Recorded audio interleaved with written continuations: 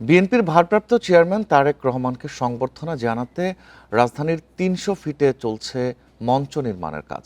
রাতেও ব্যস্ত সময় পার করেন নির্মাণ শ্রমিক ও নেতাকর্মীরা। দেশের বিভিন্ন স্থান থেকে ইতোমধ্যে ঢাকায় আসতে শুরু করেছেন নেতাকর্মীরা।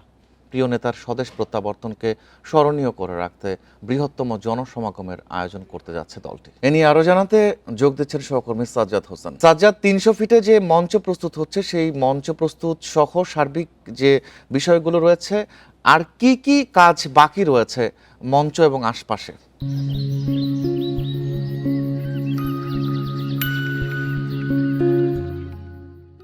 যে আমরা কিন্তু সকাল থেকে এখানে আছি, এখন বাজে ৯টা। সকাল থেকে আমরা এখানে এসে দেখছি বিভিন্ন নেতাকর্মীরা দেশের বিভিন্ন প্রান্ত থেকে কিন্তু এখানে আসছেন। আর মঞ্চ প্রস্তুতের যে বিষয়টি বলে সেটা কিন্তু ইতিমধ্যেই প্রস্তুত হয়ে গিয়েছে। এখন শেষ সময় যে সাজসজ্জার যে বিষয়টা আছে সেই বিষয়টিতে কিন্তু কাজ চলছে। বিশেষ করে নিরাপত্তা জোরদার করা হচ্ছে।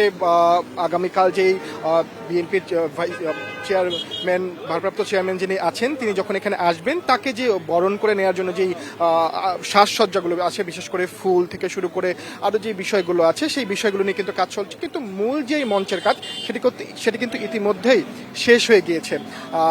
আগামীকাল 12টা নাগাদ 11:55 বাংলাদেশ বিমানের একটি ফ্লাইটে তিনি কিন্তু হযরত শাহজালাল আন্তর্জাতিক বিমানবন্দরে অবতরণ করবেন। এরপর সেখান থেকে 2টার মধ্যে কিন্তু তিনি এই যে ৩০০ ফিটের এখানে এই মঞ্চে, অভ্যর্থনা মঞ্চে এখানে এসে উপস্থিত হবেন এবং এখানে 4টা নাগাদ থাকবেন। এরপর তিনি কিন্তু এখান থেকে সরাসরি চলে যাবেন তার অসুস্থ যে মা আছেন এভার কেয়ার হাসপাতালে, বেগম জিয়ার তার শারীরিক অবস্থার খোঁজ খবর নিতে, এবং সেখানে সন্ধ্যা নাগাদ থাকার পর কিন্তু তারপরে তিনি তার গুলশানের যে নিজ বাসভবন আছে 196 নম্বর বাসা গুলশানের, সেই বাসায় কিন্তু তিনি যাবেন। এবং এই যে দীর্ঘ 17 বছর 3 মাস পর যে তিনি আসছেন দেশে, এই বিষয়টিকে মাথায় রেখে দলের নেতাকর্মীরা এবং সাধারণ জনগণের মধ্যে একটি আনন্দ বা উৎসব মুখর পরিবেশ কিন্তু এখন এই ৩০০ ফিটে দেখা যাচ্ছে। এবং সকাল থেকেই তারা বিভিন্ন ঢাকা এবং দেশের বিভিন্ন জেলা থেকে এই ৩০০ ফিটে আসছেন এবং এখানে এসে সবাই ছবি তুলছেন এবং নিজেদের সাথে মত বিনিময় করছেন। এবং আমরা যে আসার সময় যে ৩০০ ফিটের যে এই রাস্তাটি দেখেছি, ইতিমধ্যেই কিন্তু তার দেশে ফেরার যে আগমনী বার্তা সেটি কিন্তু দেখা যাচ্ছে। সব জায়গাতেই তার পোস্টার দেখা যাচ্ছে এবং ছবি, যেই রাস্তাগুলো দিয়ে তিনি হাসপাতালে যাবেন বা বিমানবন্দর থেকে ৩০০ ফিটে আসবেন, সব জায়গাতেই কিন্তু বিএনপির ব্যানার এবং তারেক রহমানের যে ছবি সেটি কিন্তু দেওয়া হয়েছে। তাকে যে অভ্যর্থনা 17 বছর পর, এই নিয়ে কিন্তু দলের পক্ষ থেকে কোনো কমতি রাখা হয়নি এবং নেতাকর্মীদের যে উৎসব মুখর পরিবেশ সেটা কিন্তু এখনো বিরাজ করছে। আমরা বেশ কয়েকজনের সাথে কথা বলেছি এখানে, ঢাকা ছাড়াও ঢাকার বাইরে বিভিন্ন এলাকার মানুষ কিন্তু আসছে এবং একবারের মতো তারা যে আগামীকাল তাদের প্রিয় নেতা যে মঞ্চে দাঁড়াবেন এসে, সেই মঞ্চটি নিজে এসে তারা প্রত্যক্ষ করছেন। আরেকটি বিষয় একটু জানাবেন, উপস্থিত জনতার জন্য কি কোনো বিধিনিষেধ রয়েছে কিনা, যেহেতু অসংখ্য মানুষ হবে, সেই জায়গাতে কোনো বিধিমালা দিয়েছে কিনা তারা? জি অবশ্যই, আজকে পর্যন্ত কিন্তু জনসমাগম যে কোনোভাবেই এখানে এসে উপস্থিত হতে পারছেন, কিন্তু আগামীকাল কিন্তু পরিস্থিতি সম্পূর্ণ পাল্টে যাবে।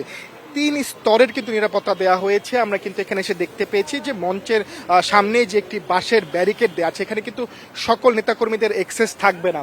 এরপরে যে মঞ্চর সামনে যে রাস্তাটি, সড়কের সামনে যে ডিভাইডারটি আছে 2 সড়কের মাঝখানে, সেখানে কিন্তু আরেকটি আছে এবং এরপরে আরো কিছু বেশ কয়েকটি জায়গা আছে।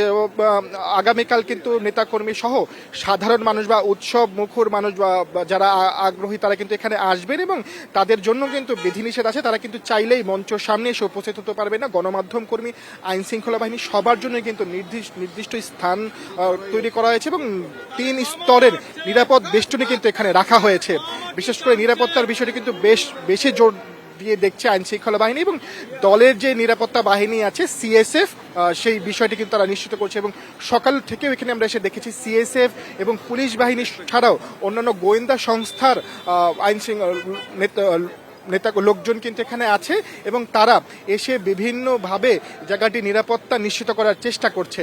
এবং কেন্দ্রীয় কোনো নেতা আছেন কিনা সেখানে, বা কাদের তত্ত্বাবধানে চলছে এই প্রস্তুতির কাজ? কোনো নির্বাহী কমিটির কেউ আছেন কিনা এই জানাবেন একটু। জি, সকাল থেকে এখন পর্যন্ত আমরা কোনো কেন্দ্রীয় নেতাকর্মীদের উপস্থিতি লক্ষ্য করতে পারিনি, কিন্তু এখানে যারা অভ্যর্থনা যে কমিটি আছে তারা অভ্যর্থনা কমিটির সদস্যরা কিন্তু এখানে আছে এবং তারা সার্বিক বিষয়টি তত্ত্বাবধান করছে এবং শেষ সময়ের যে প্রস্তুতি সেটি কিন্তু তারা এখানে নিচ্ছেন। সাউন্ড সিস্টেম থেকে শুরু করে মঞ্চের যে সর্বশেষ পর্যায়ে যে কাজগুলো সেই কাজগুলো কিন্তু এখন এখানে চলমান আছে। আশা করছি কিছুক্ষণ পরেও দলের অন্যান্য যে সিনিয়র নেতাকর্মীরা তারাও কিন্তু এখানে এসে উপস্থিত হবেন, কারণ আমরা কিন্তু বিগত দিনগুলোতে কিন্তু দেখেছি রুহুল কবির রিজভী সহ বেশ কয়েকজন দলের যে সিনিয়র সদস্যরা তারা কিন্তু এখানে এসেছেন এবং এখানে এসে যে অভ্যর্থনা অনুষ্ঠান বা মঞ্চের যে সর্বশেষ প্রস্তুতি সেটি কিন্তু তারা এখানে নিজেরা এসে প্রত্যক্ষ করছেন এবং কোনো কিছু যাতে ত্রুটি না থাকে সেই বিষয়টি কিন্তু তারা এখানে এসে নিশ্চিত করছেন।